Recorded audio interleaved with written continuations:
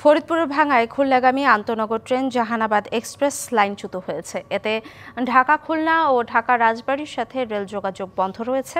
এদিকে ব্রাহ্মণবাড়িয়ার পৌরতলায় একই স্থানে আবারও লাইনচ্যুত হলেও ১.৫ ঘণ্টা পর ট্রেন চলাচল শুরু হয়েছে।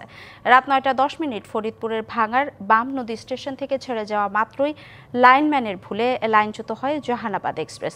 এতে রেলের ইঞ্জিন ও লাগেজের বগি লাইন থেকে পড়ে যায়। এই রুটে রেল চলাচল স্বাভাবিক করার চেষ্টা চলছে।